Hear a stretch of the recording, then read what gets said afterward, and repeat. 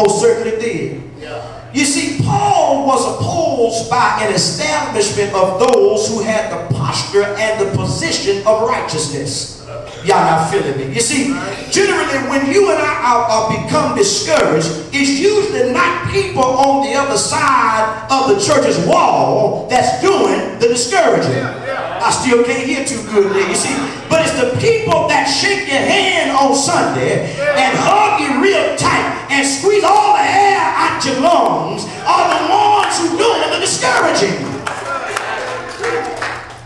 And not only that, but on a personal level, sometimes it's the person you lay down with at night that will plot terms of endearment to you and call you names like baby and booger and boo and honey, sweetie and darling pie and baby cake. And all I'm telling you today is that if it's anybody that can cause you to become discouraged, it is generally the people that are supposed to be righteous, and so it makes you say, what's the use?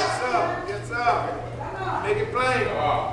You have been saying what happened to that love and that unity that used to be in the church. What happened to it that used to be in the neighborhood and in my community? What has happened? And so, brothers and sisters, after looking at our text, it becomes very clear to me that we have not progressed in the area of unity as much as if sometimes we profess. I mean, we think that because we have come back into this sanctuary and people are starting to become a little more interested in the church, that we have progressed a tad further up the road than we really are. But in this day and time in which we live, we discover that we have information, but we fail to have inspiration.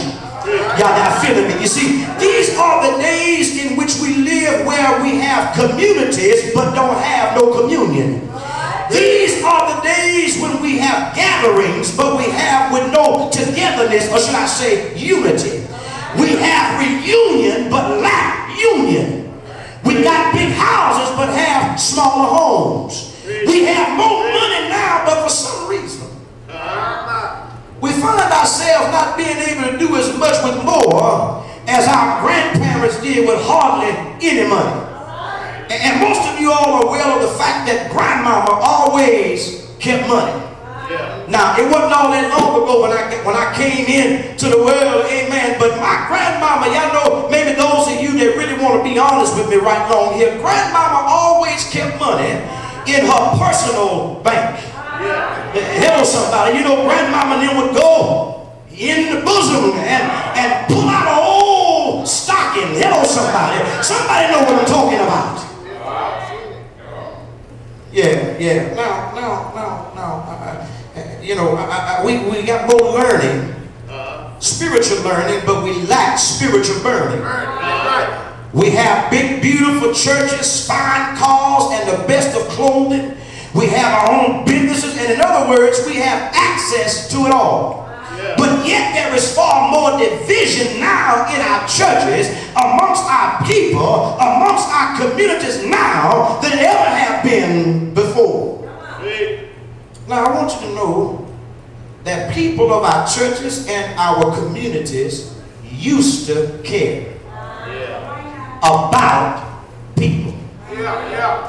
Now, I'm 40 years old, and I just recently, I was able to enjoy the privilege of spending time with my children in the Carolinas. My oldest daughter, aging range of 24, 20, and 19, and my 20-year-old son, who's a tad tall, and you know, he's much buffer than I am. He says to me while vacationing in the Carolinas, this was just 2 weeks ago, he said, "Daddy, don't you wish you were still my age? Still young and still fit?" He took me, amen, to a place to shoot some pool, and while I had my young get up on, you know, the cap turned to the side, the big shorts, the big jersey, you know, the sandals, and I was trying to be like the youngsters, and he walks right in before me, and they don't tell him nothing, and then when I go in, they stop me and ask me for ID. And then he has the little bit of gall to look up and say, "Daddy, don't you wish you were still my age?" And I looked at him and I said, you know, son, you better pray that you will still look as good as I am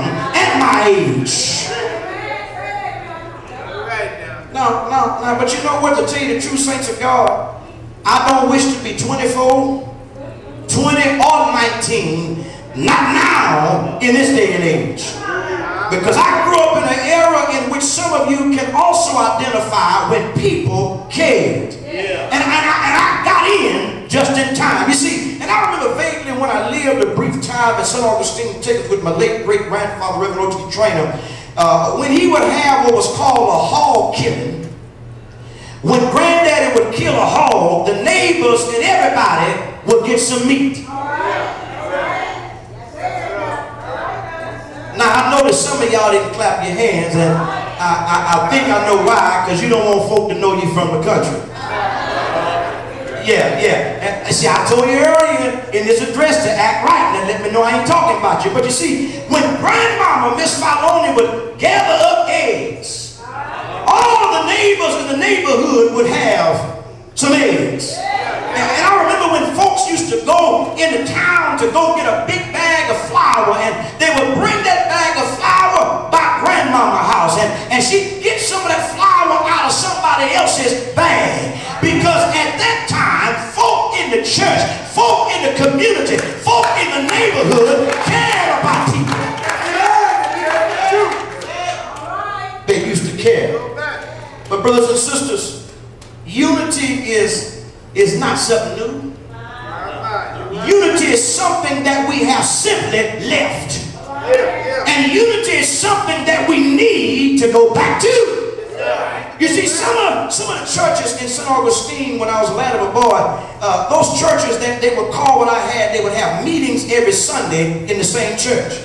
And when I was a lad of a boy, they had what was called meeting Sundays, because in the country, churches at that time would have church on the first and the third Sunday. And then on the second Sunday and the fourth Sunday, another church was open. And Granddaddy, who was the pastor, would shut our church down, being that we were there on the first and third Sunday, and was gone to another church on second and fourth Sunday. And listen, I ain't but 40 years old, but I've been around. But on meeting Sundays, whatever, Lord have mercy, that Sunday was, folk in the community, folk in the neighborhood who had cars would go around the community, collecting up folk to bring in the church.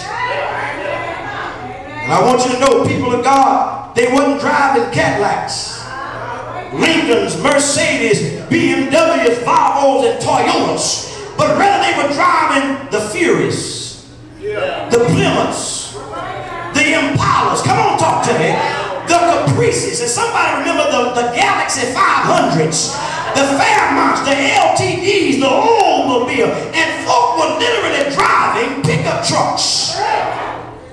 Matter of fact, there were more pickup trucks at my granddaddy's church than there were cars. And watch this, and folk used to come to church on Sunday mornings, literally riding on the back of the trucks. Where's it gone? Because there's some folk who live right next door to church. Won't even walk out the front door and walk a few yards to the front door of the church. But the community used to be, and they was, united. And because of their united, they had church together. I even remember when revivals was going on at one church. And all of the other churches in that community would shut their Bible study nights down and would join in and worship the Lord together in unity. And we used to always sing an old song that they used to sing when all of God's children get together. What a time! What a time. But God tell you today, because the unity is no longer part of our churches, they're no longer part of our communities, until it becomes almost literally impossible, because it's hard to try and gather up so-called God's children together. You see, there used to be a time everybody kept everybody's children. Everybody corrected everybody's children. And I grew up in the era in the early 70s where everybody corrected everybody's children because the church was united. And nobody was worried about another person, their children. Never shall forget them old seasoned saints as